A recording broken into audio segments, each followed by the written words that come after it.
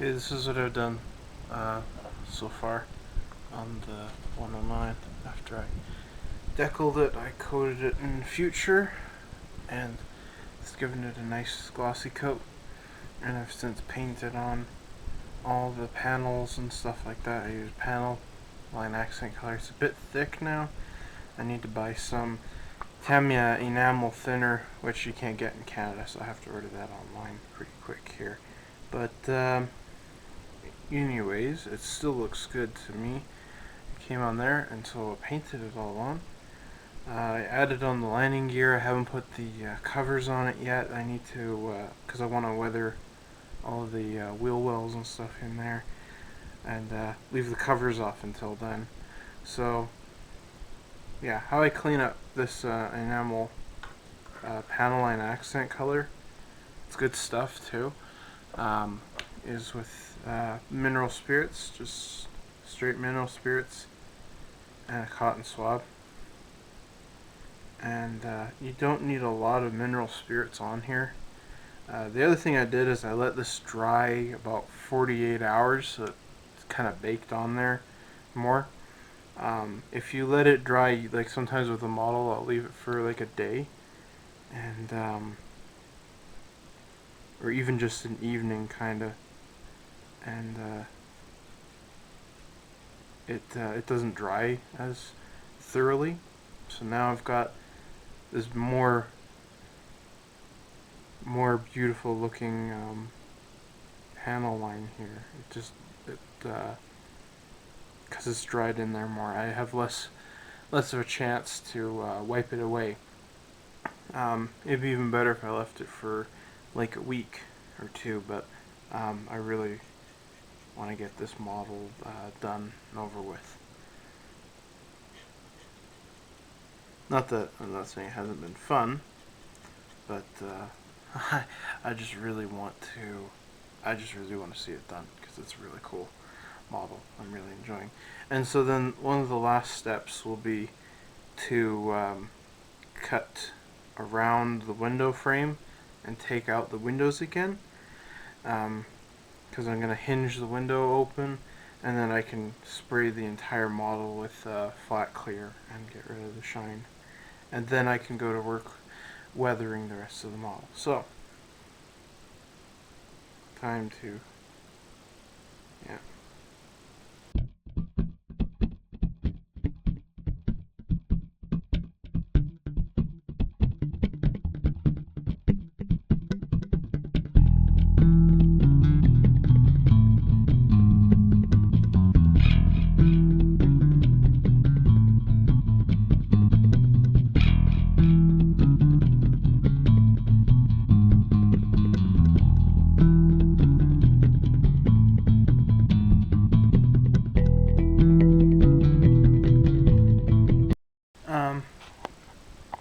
While I'm waiting for certain parts to dry, I thought I would start weathering and show you that. And for weathering, a lot of people like to use pastels and dry brushing and make powder and stuff like that. And I've come to really like these little Tamiya weathering kits. These are about between $7 to $10 each, depending on where you are. And they basically look like a little makeup kit, and you've got this little spongy ended brush here, and bristle brush here, and 3 types of colors. This is sand, light sand, mud. This one I bought for the P51 when I was building it. It's burnt blue, burnt red, and oil stains. This is more kind of aircraft. I bought this for the exhaust and stuff like that. And in my research, the 109s, I actually found a picture of a guy cleaning the exhaust streaks on the 109, and so I'm gonna paint it on, but very, very lightly. So they weren't. It didn't look like they were too dirty. So I'm gonna kind of go in between with the exhaust stains. What I did is I coated it in clear flat TS80 out of the lacquer can here. Shake this stuff up pretty well and keep it kind of warm, and it's good stuff to have. I really like it. and I've sprayed it over top of this, and it has made it disappear in the past. So I'm going to use a cotton swab instead of the brush, and I'm going to use this one here, which is this color here, mud, I think it is. Yeah, mud. And it's an acrylic paste, so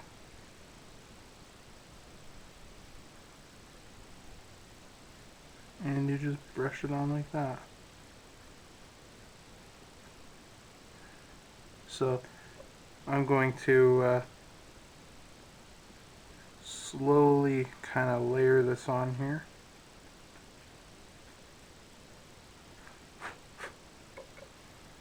Blow off a little bit of the excess.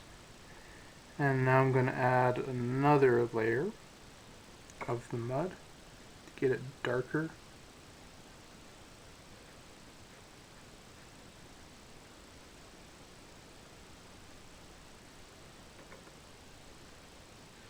So it's not dark enough to where I'm happy with it yet, but when that's done, then I'll add on, like right now I could do the oil stain. Come on.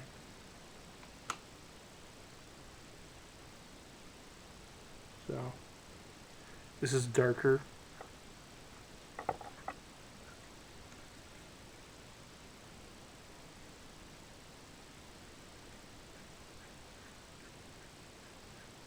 There we go. So now it's getting more to where I want it to be. I don't know how well my camera will pick up on it, but you'll see it more in the pictures and stuff like that. So it's not too bad. And then once this is done, like I get this to the darkness that I want, then I'm going to add on like sand and kind of make it look burnt a little bit. Take the light sand here, just a little bit, and go down like this, and makes it look kind of faded. Do it a bit on the cross or Balkenkreuz, so like that. And I'm just very subtly adding it on here.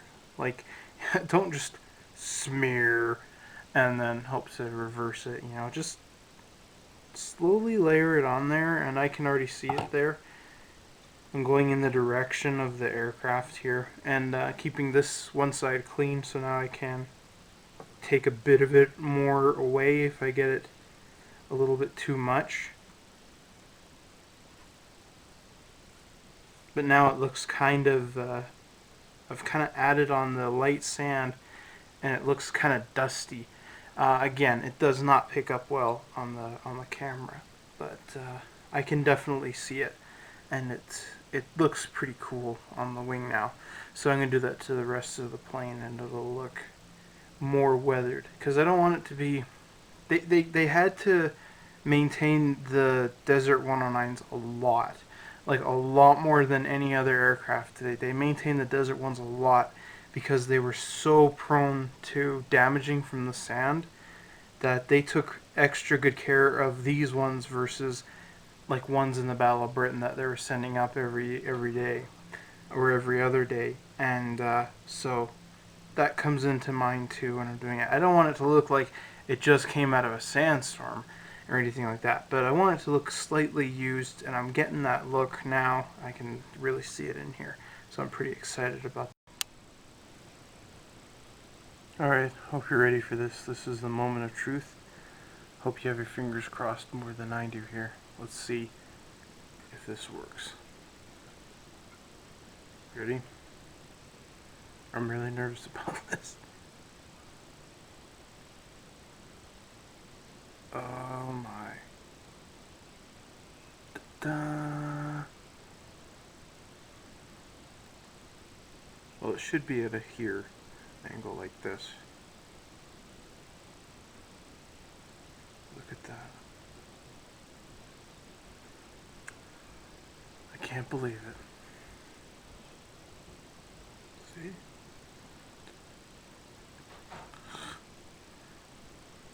Huh. Did it with my own two thumbs. How cool is that?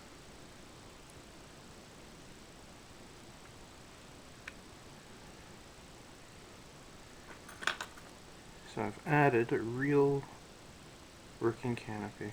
Now, I know what some of you are thinking is to compensate for it being down this far.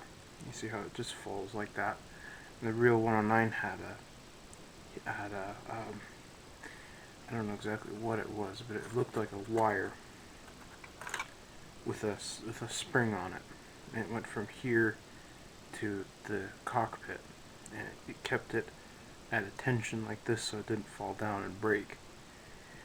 And yes, I could add like a piece of string or something like that, but I don't want to for one reason, is super glue does not react well to clear, and I don't want to risk fogging the canopy pieces.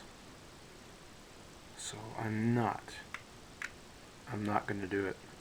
That's the only thing holding me back. I don't want to accidentally fog up the canopy. So I'll just have it like that. It's not too bad, you know. So that's pretty cool. I'm excited about that.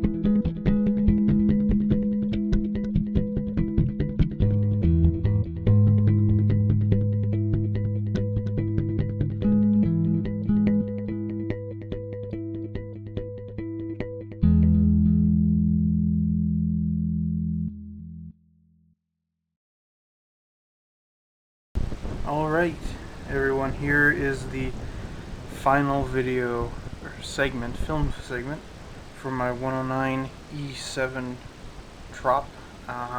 It's really cool to have this thing done and sitting here. I'm really happy with how it turned out, but I'd like to go over briefly the pros and cons of the plane. Because, actually, first I should say what I did last to it is I drilled the hole in here so this would pivot up and down there. I gave it a nice panel line wash in here, cleaned that up, and then I showed you guys I used the Tamiya weathering kits and buffed it all up quite a bit. And it looks pretty good to me now. It's done. This is all about as far as I'm going to go with it. I'm very happy with it, actually. Airbrushing it was really difficult to do because of my airbrush. Let me just show you what I did really quickly here. I should have used an enamel paint. It would have dried slower. But because I was using acrylic, especially Tamiya acrylic, they dry like really quick. And so like here's the nozzle here. And so what I did is I had a little container like this one that I have here for the future, but it was smaller, and I filled that up with Windex. And what I'd do is I would just dunk it straight down, like this, and I would just spray it on the paper, and then I would, do a splotch. And I got away with doing that for most of it, but I didn't film any of that because it took me over an hour and a half to do. It probably took me about an hour and 45 minutes to paint the green splotches. Simply because it was, I couldn't make it too loose because my compressor does not have a regulator on it to get a lower speed. And the paint was drying way too quick at the tip. So, but I did get it to work, and I think it looks pretty good. I'm really happy with it. The construction of the model isn't bad. The cockpit is incredible to look at. The cockpit is beautiful. They've done a tremendous job of making it like really, really accurate in there, and you can see everything. So if you have a good reference, you're set basically on how this is going to look. The engine too was pretty cool. It wasn't that complicated. It looked really nice, but the problem with it is, and I learned this only too late, is basically everything has to be like built really tight, and it's a really tight squeeze to get everything right. I think it was a nice ambition of Dragon to try that, but it didn't work. It really doesn't work. It's not a fluid system. Like the cowling here, the plastic for the cowling is way, way, way too thick. Like Tamiya makes their cowlings out of like a super thin styrene now for doing stuff like this. And if Dragon had the technology to do that, this would have worked out a lot better. But this is way too thick, and I didn't get it to work, and apparently I'm not the only one. I asked around to a couple guys who are also building this one, and they told me the same thing, that they told me about like all the extra work they had to do on it to get it to work. The other thing was the flaps.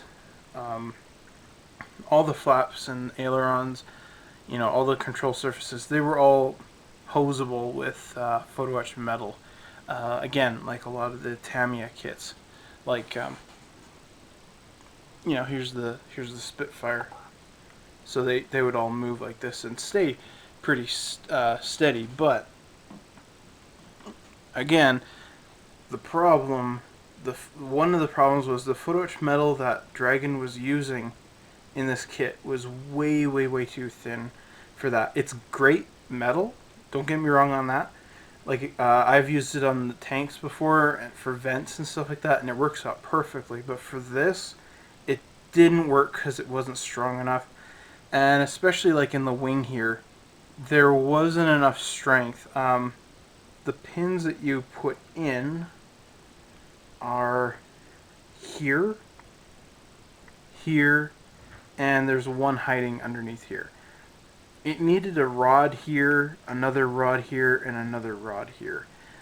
They didn't do that. So I decided to just glue them together and put them on there and to, forget about it, because I wasn't going to be able to do it without putting in a lot of extra work. And it just did, to me, it just didn't seem worth it. To other people, it would. Another thing that is really accurate about this model is those of you who are familiar with the 109 know that one of the biggest disadvantages that the 109 ever had was it had an incredibly fragile landing gear, and a lot of times it was incredibly difficult to land. Somehow, Dragon has incorporated this into the kit. This landing gear is so fragile. I put it down sometimes and it just squeaks and cracks, and I pick it up and I go, okay, did I break them? No, it's just like the model settling in. I don't know what exactly it is, but it drives me absolutely crazy. So, good job on making it that accurate. Is this the best 109 to get? Personally, I think it kind of is close. I don't think there's anything as the best 109 to get, but it's only a $50 kit, which isn't too bad. I'm going to include a link if I can find the guy's page again. I'm going to go search for it. He bought 5 32nd scale 109Es, and he compares them all, and it's a fantastic review. And unfortunately, he never got around to part 3, which is devastating because parts 1 and 2 are such an amazing read. If I can find his website, I'm gonna put it down below because you should definitely check it out. It's really cool. The stuff that he comes up with and how accurate all these kits are. Basically, he said that this was one of the most accurate as far as detail goes, but I'm not holding it to that in any kind of regards. Ease of build is fair. I would say this is for more advanced modelers. I'm not considering myself an advanced modeler by any means, guys, but I did not follow the instructions in the paint guide. I wanted to do my own scheme that I saw in a YouTube video for a video game. I really liked it, and it featured this white nose, white underside wingtips, and a white band on the tail section there, right here. And this is like my favorite camouflage of these desert 109s. So I just kind of built it the way I wanted it. It's kind of imaginary. The other thing is the swastika on the tail. The decals in the kit are inaccurate. They're supposed to have a white border around them. They do not have a white border, so I rated these from some spares. That's another thing is the decals. The decals are excellent. They're cartographed, but the numbers on the decal sheet don't match the instructions. So when you're building that, you have to kind of have 109 knowledge of what you're doing. All in all, I think this is a fabulous kit. I'm so happy to have this one done. This met up so many of my expectations. I'm so sad that the engine is covered up. I didn't get to put the guns in the front because I had to put the engine on, and I can't really explain it. It's 4 pieces that you're putting together, and I never got to put the front guns in, so they're actually right here. And so I'll just pretend that they're. I can't actually put them in because there's nothing to hold them to. They fit on bars in here. It's really, like I said, it's really accurate. If you wanted to build a diorama of an E-model like being worked on, this is the kit to buy, because this has the whole engine is beautiful, and you'll have so much fun super detailing it. This is the kind of kit you want to add all those parts on. The last thing, maybe one of the last things I'd like to mention is the hinged window. This was something I really wanted, and it's something that a lot of manufacturers used to do. And what's really weird is this back section of the windows here down in here has a little notch for peg so that this can flip over. And why only the back one has it and none of this works is really beyond me, and it's kind of dumb, I think, on behalf of Dragon, because it should flip open. I mean, people like that kind of feature. There I can go and look inside. it's a great model nonetheless, and I was able to get it to work where I could flip it open. So I, can't complain too much. I thought it did do that to begin with when I bought it. But I'm really happy with the model. I think it's a really great addition. The only thing I think they could have honestly added to make this kit better is if they had included a pilot with it. But, you can go get one of those in the aftermarket. But, it's just, pilots are becoming something that's like really, really uncommon nowadays. But I'm happy with this model. I think it's really fantastic. I had to get the propeller to stay on here by putting a pin inside of the it's an actual cannon that's supposed to be here that they use as I don't know what I'll call it, an axle or something, and I put a pin inside of there to prevent it from falling out, so it won't fall out. But it's a terrific model. I'm quite pleased with my results. Hope you are too. I'd like to thank everyone for watching this video and for all your comments and everything. This is kind of how I want to present the videos now, where it's kind of a bit of pictures and kind of a bit of building with some music in the background. So let me know if that works out, if it was too boring or too long. I know this has gone on 11 minutes. It's far too long of me just yammering on about this model. So I'm going to shut up now, and yeah, I'm really happy with this. This is a really fun kit. I highly recommend Cyber Hobbies 109 and 32nd scale. Thanks for watching, everybody. This is Rebels at Cloud 9, signing out.